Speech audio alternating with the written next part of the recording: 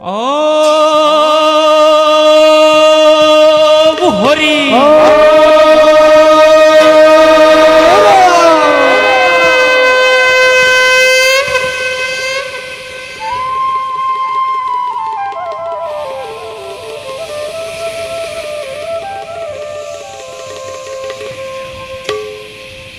মৈশ্বরূপ ধরি প্রভু হইলায় অবতার আরম্ভর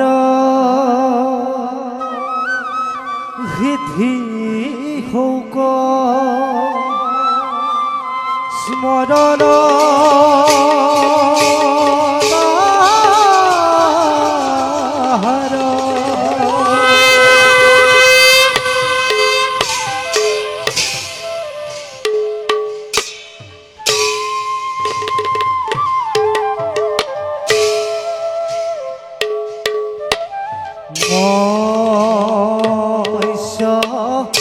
রূপ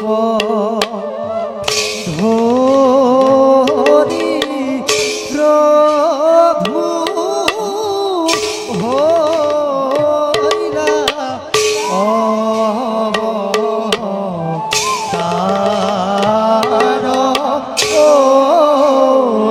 ওয়ারে রূপ ধরি প্রভু হইলা অবতার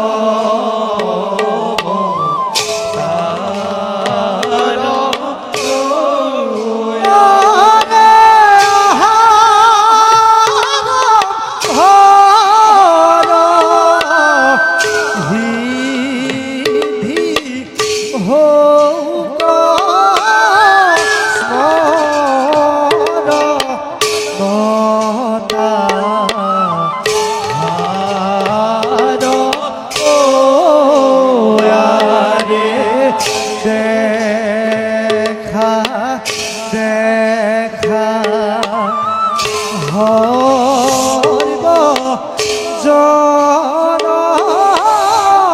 আধর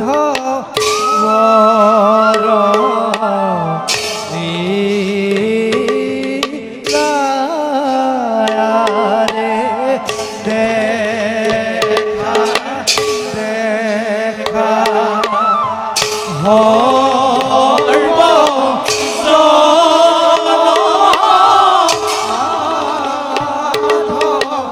বড় লীলা ও আরে মহাসা রূপ তাকি ভুলা রাম রাম ও আরে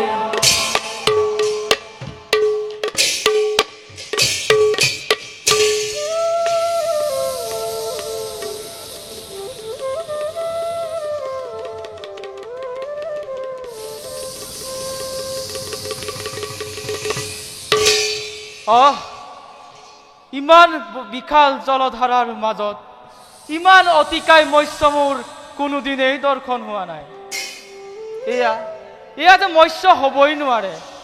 নিশ্চয় নিশ্চয় প্ৰভু নাৰায়ণে মোক চালনা কৰিছে। হে প্ৰভু, ৰক্ষা কৰা তোমাৰ দাসক।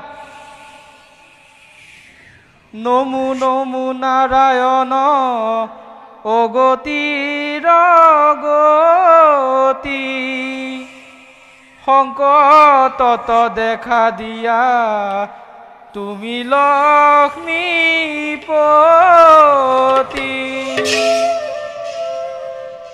হে মৎস্যৰাজন, আপুনি প্ৰকৃততে মৎস্য নহয়।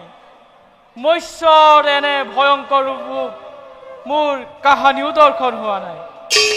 মই জানিব পাৰিছোঁ আপুনি ব্ৰহ্মা বিষ্ণু মহেশ্বৰ এই তিনিওজনৰে এজন। এই মহাপ্ৰলয়ৰ সময়ত মোক কিমান বাৰ পৰীক্ষা কৰে প্ৰভু। হে প্ৰভু দয়াময়, আপুনি নিজৰ পৰিচয় দি মোৰ জীৱন সাৰ্থক কৰক। যদিহে আপুনি কোনো দৈত্য, তেনেহলে মোক ভক্ষণ কৰক।